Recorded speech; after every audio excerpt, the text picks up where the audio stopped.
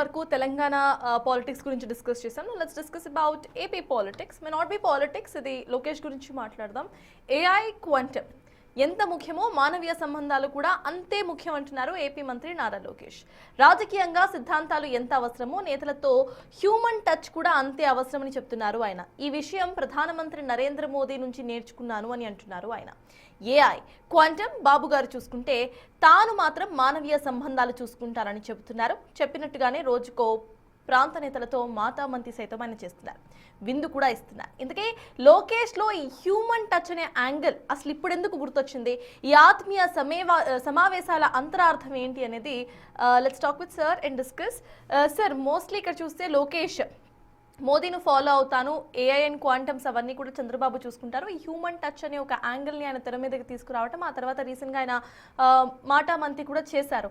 So ఈ మొత్తం యాంగిల్ని ఎలా చూడాలంటారు? అండ్ ప్రధానమంత్రి మోదీని ఫాలో అవుతా అనటాన్ని ఎలా చూడాలంటారు? అంటే ఫ్యూచర్లో కూడా బీజేపీతో సత్సంబంధాలని ఇట్లానే మెయింటైన్ చేయాలి అనే కోణంలో ఈ కమెంట్స్ చేస్తున్నారు అనుకోవచ్చా? అంటే బటర్ఫ్లయింగ్ ద కమెంట్స్ అని అనుకోవచ్చా మనం? Hello, audible? So yes, this is technical glitch. మొత్తానికి ఇంకొకసారి చూద్దాము. రీసెంట్గా మనం చూసాం ఏఐ క్వాంటమ్స్ ఎంత ముఖ్యమో మానవీయ సంబంధాలు కూడా అంతే ముఖ్యం అంటున్నారు ఏపీ మంత్రి నారా లోకేష్. రాజకీయంగా సిద్ధాంతాలు ఎంత అవసరమో ఒక హ్యూమన్ టచ్ అనే యాంగిల్ కూడా అంతే అవసరము. సో ప్రతి ఒక్క మంత్రి ప్రతి ఒక్క నేతతో మాట్లాడాలి అంటూ కూడా నారా లోకేష్ రీసెంట్గా ఒక కొత్త స్టేట్మెంట్ను పాస్ చేశారు. అండ్ దాన్ని ఫాలో అవుతున్న సిచ్యువేషన్స్ కూడా మనం చూస్తున్నాం. రీసెంట్గా కూడా ఆయన మాటామంతి చేశారు. అనంతరం కూడా అయ్యన్న పాత్రుడు మీడియాతో మాట్లాడుతూ కూడా లోకేష్ అలా ఆత్మీయంగా పలకరించారు. అండ్ లోపల జరిగిన సన్నివేశాల గురించి కూడా ఆయన మాట్లాడుతూ చెప్పుకొచ్చిన పరిస్థితి మనం ఇవాళ చూసాం. సో మాటామంతిలో నేతలు ఎవరైతే ఉన్నారో వాళ్ళంతా కూడా వాళ్ళ కుటుంబాలతో డైరెక్ట్గా కూడా వచ్చి భోజనంలో పాల్గొంటూ ఉంటారు. వాళ్ళంతా కూడా అక్కడ మాట్లాడుకుంటారు. అండ్ నేతలకు సంబంధించిన ఏవైతే ప్రాబ్లమ్స్ ఉన్నాయో వాటిని సైతం నారా లోకేష్ డైరెక్ట్గా తెలుసుకుంటున్నట్టు తెలుస్తోంది. అనంతరం కూడా వాళ్ళకి సంబంధించిన ప్రాబ్లమ్స్ని సాల్వ్ చేసే దిశగా సైతం నారా లోకేష్ చర్యలను తీసుకునే దిశగా ఈ యొక్క ప్రోగ్రామ్ని ఆయన డిజైన్ చేశారు. సో ఎస్ సార్, రీసెంట్గా నారా లోకేష్ తీసుకున్న ఈ హ్యూమన్ యాంగిల్ అనే స్టాండ్ని ఎలా చూడొచ్చు అని అనుకోవాలి. అట్ ద సేమ్ టైం మనం చూస్తే ఆయన ప్రధానమంత్రి నరేంద్ర మోదీని ఫాలో అవుతా, నేను ఏదైతే ఏఐ అండ్ క్వాంటమ్స్ ఉన్నాయో అవన్నీ కూడా చంద్రబాబు చూసుకుంటారు అంటూ కూడా ఆయన కమెంట్ చేశారు. అంటే బీజేపీతో ఉన్న ఆ సత్సంబంధాలు ఏవైతే ఉన్నాయో అవన్నీ కూడా ఫ్యూచర్లో కంటిన్యూ చేయడానికి ఇటువంటి స్టేట్మెంట్స్ పాస్ చేస్తున్నారు అనుకోవచ్చా? వాళ్ళ సైడ్ ఆఫ్ యాంగిల్ నుండి కొంచెం పాజిటివిటీ గెయిన్ చేసుకోవడానికి, ఓర్ ఎల్స్ సడన్గా ఈ హ్యూమన్ యాంగిల్ టచ్ తీయడాన్ని ఎలా చూడాలి సార్? ప్రతి కోడిగుడ్డు మీద ఈకలు పీకద్దండి. ఎప్పుడైనా ప్రధాన్ని ఒకదానికోటి లింక్ చేసి బోడగుండకు పోక చెక్కకు లింక్ చేస్తే ఎట్లా చెప్పు. సో ఏదో జనరల్గా అని అంటాడు, నేను మోడీ నుంచి ఇది నేర్చుకుంటున్నానంటే దాన్ని బట్టి చంద్రబాబు నుంచి నేర్చుకోవడం లేదా ఒక మోడీ నుంచి నేర్చుకుంటున్నాడా అంటే అది అలా మన లాజిక్లో తీయలేం కదా. లేదు మోడీ నుంచి నేర్చుకుంటున్నామంటే అర్థం బీజేపీతో సన్నిహితం కాదు, బీజేపీతో కొత్తగా సన్నిహితం పడింది, ఆల్రెడీ సన్నిహితంగా ఉన్నారు కదా. అందువల్ల ప్రతిదానికి మనకు విపరీత అర్థాలు తీయకూడదు. ఫండమెంటల్ పాయింట్ ఏంటంటే తెలుగుదేశం పార్టీ కార్యకర్తల బలం ఉన్న పార్టీ. మీకు కమ్యూనిస్టులు, భారతీయ జనతా పార్టీ, ఈ రెండు పార్టీలోనే పార్టీ క్యాడర్ బేస్డ్ పార్టీస్గా ఉంటాయి. ఎందుకంటే వారి మధ్య క్యాడర్ మధ్య ఒక బలమైన సైద్ధాంతిక ఎమోషనల్ బంధం ఉంటుంది.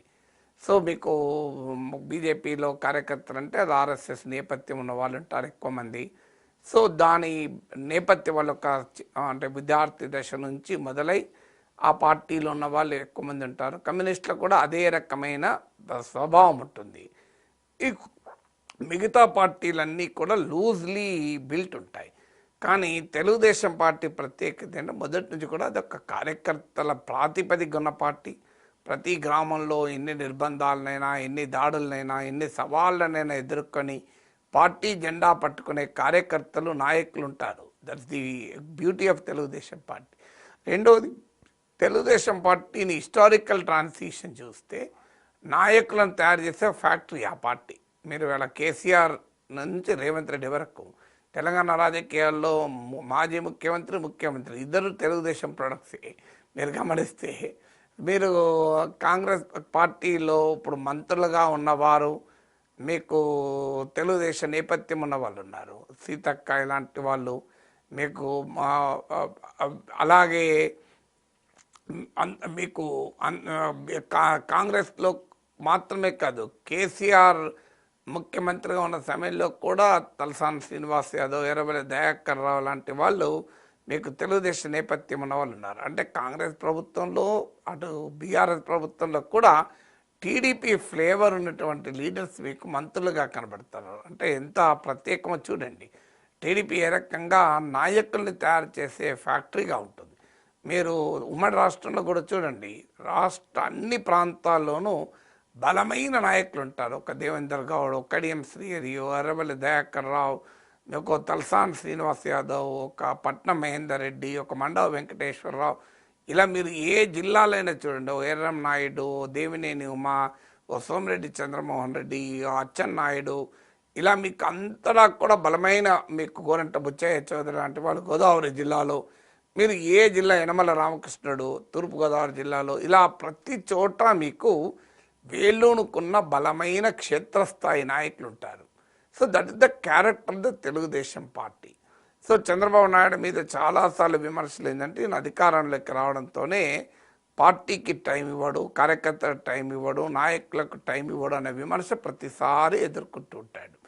సో టీడీపీ దాన్ని పాజిటివ్ కూడా చెప్తూ ఉంటుంది. చంద్రబాబు నాయుడుకు పాలనపైనే దృష్టి, అభివృద్ధిపైన దృష్టి, ఇంకా వేరే ఆలోచన ఉండదు అని. చంద్రబాబు నాయుడు కూడా ప్రతి ఎన్నిక తర్వాత నేను మారాను, మీరు నమ్మండి అంటూ ప్రజలకు చెప్తాడు, పార్టీకి కూడా చెప్తూ ఉంటాడు. ప్రజలకు ఎందుకు చెప్తానంటే ఆయన విధానాలు మార్చుకుంటూ ఉంటారు అవసరానికి బట్టి. అసలు ఉచిత విద్యుత్ ఇస్తే కరెంటు తీగల పైన బట్టలు వేసుకోవాలన్న నాయకుడు ఉచిత విద్యుత్ ఇవ్వడం మొదలుపెట్టాడు కదా.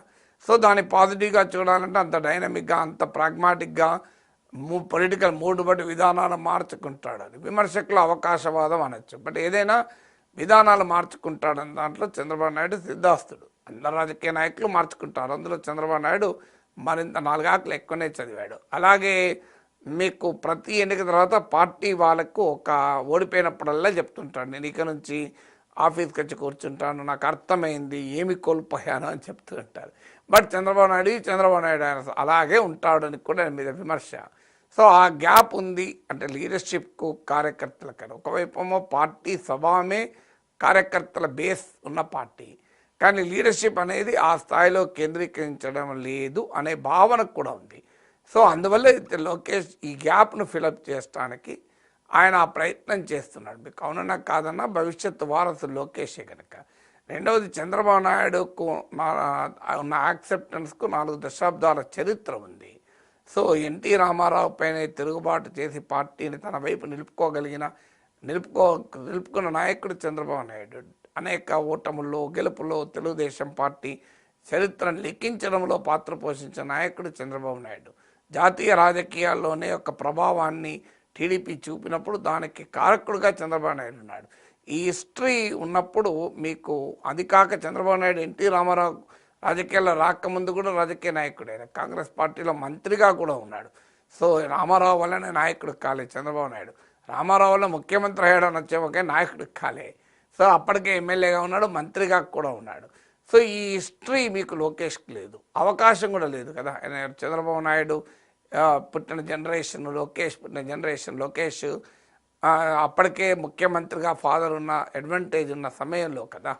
సో అందువల్ల మీకు ఆ లోకేష్కు గ్రేటర్ యాక్సెప్టబిలిటీ పార్టీలో రావటానికి కూడా ఇట్ టేక్స్ టైం. అందువల్ల మీకు ప్రతిపక్షంలో ఉన్న 5 ఏళ్ళు కొంత అవకాశాన్ని ఇచ్చింది. ఇప్పుడు అధికారంలో మళ్ళీ ఉన్నారు కనుక అధికారం ఉన్నప్పుడు అవకాశం తక్కువ ఉంటుంది. ప్రతిపక్షంలో ఏమో కార్యకర్తలతో పోరాటాల్లో ఉంటారు కనుక అవకాశం ఎక్కువ ఉంటుంది. సో అందువల్ల లోకేష్ పార్టీలో కూడా యాక్సెప్టబిలిటీ పెరగటానికి చంద్రబాబు నాయుడు కొడుగ్గా ఉండే యాక్సెప్టబిలిటీ ఎలాగూ ఉంటుంది. ఇటీవల కాలంలో లోకేష్ను మరింతగా అసర్ట్ కూడా చేసుకోగలుగుతున్నాడు కూడా. సో కానీ ఆ ఎమోషనల్ బాండ్ లీడర్కు క్యాడర్కు ఉన్న చంద్రబాబు నాయుడుకు క్యాడర్కు ఉన్నంతగా లోకేష్కు క్యాడర్కు ఉండే అవకాశం లేదు. అది లోకేష్ తప్పని కూడా అనలేము, అది హిస్టారికల్ ఫ్యాక్ట్ కదా. సో దాన్ని పెంచుకోవడం ద్వారా కూడా పార్టీ భవిష్యత్ లీడర్షిప్ ట్రాన్సిషన్కు అడ్వాంటేజ్గా ఉంటుందనేది కూడా లోకేష్ ఎత్తుగడ కావచ్చు. సో అందువల్ల కారణాలు ఏదైనా హ్యూమన్ టచ్ లోకేష్ అన్న నిజం, పార్టీలోనే కాదు, దేంట్లోనే ఈవెన్ కార్పొరేట్ రంగంలో కూడా హ్యూమన్ టచ్ ఉండాలి అంటాం మనం. సో మానవీయ స్వభావం ఉండాలి. పార్టీ అనేది ఒక ఫ్యామిలీ లాంటిది. ఆ ఫ్యామిలీలో మీకు ఆ రకమైన రిలేషన్స్ ఉండడం అనేది ఆ పార్టీని మరింత బలోపేతం చేస్తుంది. కేవలం రాజకీయంగానే కాదు, ఎమోషనల్గా కూడా పార్టీ యునైటెడ్గా కనెక్ట్గా ఉండాలి కదా. సో అందువల్ల డెఫినెట్గా హ్యూమన్ టచ్ ఉండాల్సిందే. అసలు పార్టీలోనే కాదు, రాజకీయాల్లోనే హ్యూమన్ టచ్ ఉండాలి. అన్ఫార్చునేట్లీ ఆంధ్రప్రదేశ్లో హ్యూమన్ టచ్ కాదు, ఇన్హ్యూమన్ టచ్ ఉన్నది. అమానవీయమైన అమానుషమైన సంబంధాలు రాజకీయాల్లో ఉన్నాయి. నిజంగా చెప్పాలంటే రాజకీయాల్లో కూడా మానవీయ సంబంధం ఉండాలి. ఏమవుతుంది, అధికారంలో ఉన్న ప్రతిపక్షంలో రాజకీయ ప్రత్యర్థులు తప్ప శత్రువులకు కాదు కదా. సో ఒకరినొకరు శత్రువులుగా చూసుకునేయాల్సిన అవసరం లేదు. కానీ రాజకీయాల్లో మానవీయ విలువలు అంతరించిపోతున్నాయి కదా. సో అందువల్ల కనీసం పార్టీలోనైనా మానవీయ విలువలు ఉంటే మంచిదే కదా.